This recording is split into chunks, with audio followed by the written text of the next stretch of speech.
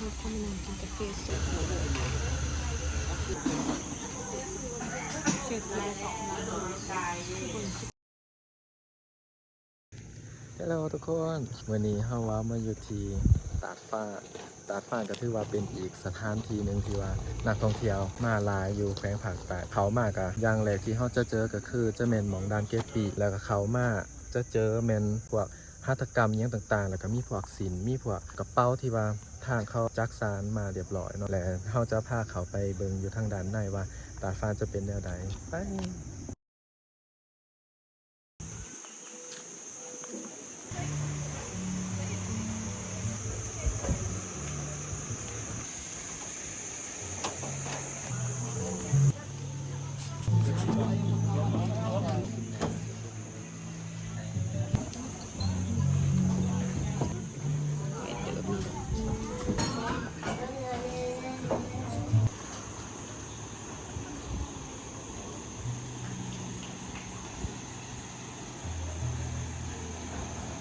ในตาดฟ้าก็จะมีเป็นพวกว่าจะมีอาหารแล้วก็มีที่พักที่นี่ก็มีห้องพักหลายแบบเนาะ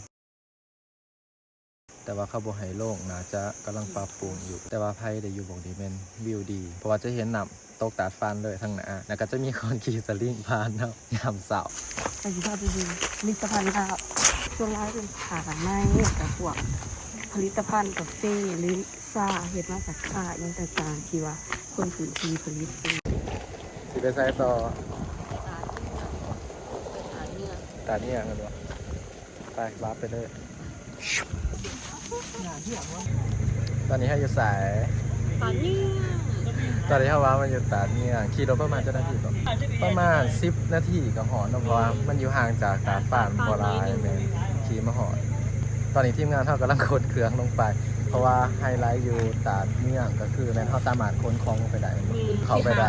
เลยเขาจะไปปิกนิกอยู่ลงตัดยืน